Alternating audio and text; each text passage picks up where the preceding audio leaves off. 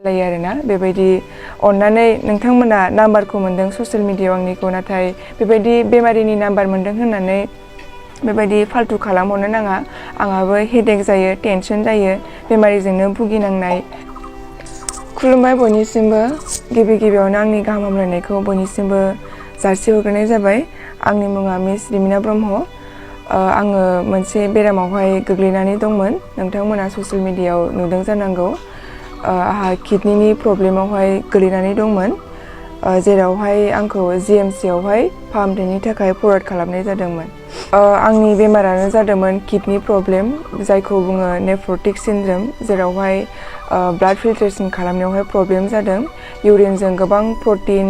एलब्यूमिन बेफोरो गलांनायनि गेजेरजों मोदोमा बुनाय बेबायदि प्रब्लेमा जादों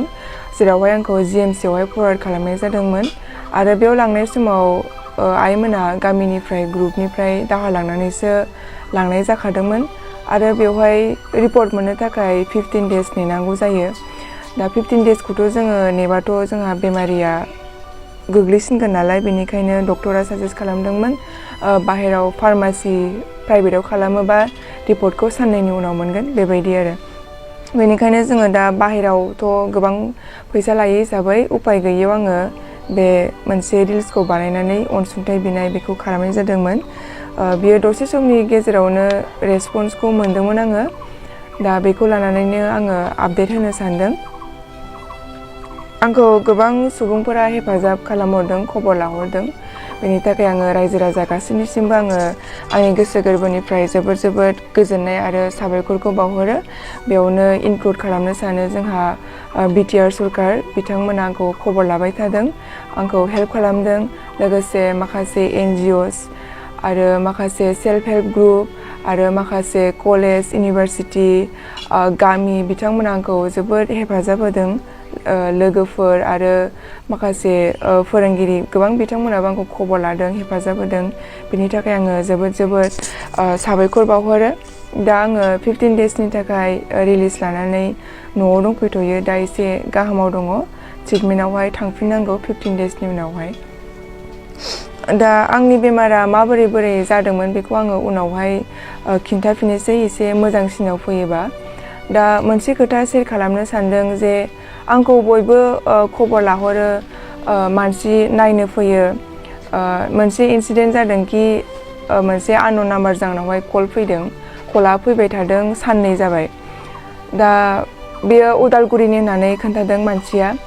बेहा वाट्सएप नाम्बारबो गैया बेनियावहाय अनलि कल बेबायदि बियो आंखौहाय फैगोन होननानै कल खालामबाय थादों आरोना आंबो फैगोन नालाय फैगोन मोजां मानसि सानदों आरो ओमफ्राय आंनि माखासे इनफरमेसन लादों न'आ बबेखिनियाव बबेयाव बेमारखौबो थाल लादों सोर अनसुंथाइ हरदों हराखै माबायदि बेखौ खबर लाहरबाय थादों आं सानदों मोजां नालाय मोजां बेमारखौ खबर लाहरदों आं गासिबो इनफरमेसनखौ हरजोबदों आरो दा बे इनफरमेसनखौ लानानैनो आंखौहाय माने थगायनो सानदोंमोन आरो बिथांमोना उदालगुरिनिफ्राय फैगासिनो दङ जोङो साब्रै बेबायदि आरो बिसोरो माने माखासे डनेसन लानानै फैदों बेबायदि बुंहरदों दिनै फैगोन दिनैबो सफैया बिदिनो प्रब्लेम खोन्थाबाय थायो जोङो मोनाहैसिगोन जोङो दा रङियाव थालांसिगोन जों गाबोन फुङावसो मोनहैसिगोन बेबायदि बुंहरबाय थायो आरो आंथ' कल खालामा गावनो हारसिंनो कल खालामो आरो कल खालामनायाव जुदि हमस्लाबनो मोनाखैबा उनाव हरफिननायाव नेक्स्ट टाइमाव हमनो मोनोब्ला होमबा फनखौ मानो हमाखै माने बेबायदि आरो नर्मेल रायलाया आंबो एसेबां नेगेटिभ साननानै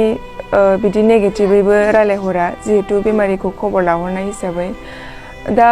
मैयासो बे सानसे खबर लाहरबाय थादों आंखौ ओमफ्राय मैया बेलासियावहाय बिसोरो सफैनो गोनांमोन मैया बेलासियाव सफैनो गोनाङाव बिसोर मा बुंबाय जोङो नलबारि मोनबाय आरो चिरांनि माखासे एनजिअ खामानि मावग्रा बिथांमोनाबो गारि गंनै फैगासिनो नाथाय बिथांमोना मोनसे प्रब्लेम जादों बिथांमोननि डनेसन खांनाया माने बरपेटा रडआवसो बिसोरो लांफैगोन आरो बे डनेसनखौहाय ओमफ्राय बिसोरनावहाय दा गारि भारा होनो फैसा गैया जोंनो एडभान्स गारि भारा होनो फैसा नांगौ जादोंमोन 4000 नोङो ट्रेन्सफार खालामनो हरनो हागोन नामा ओमफ्राय जोङो दा मोनहैबा नोंनो होफैफिनगोन बेबायदि आरो ओमफ्राय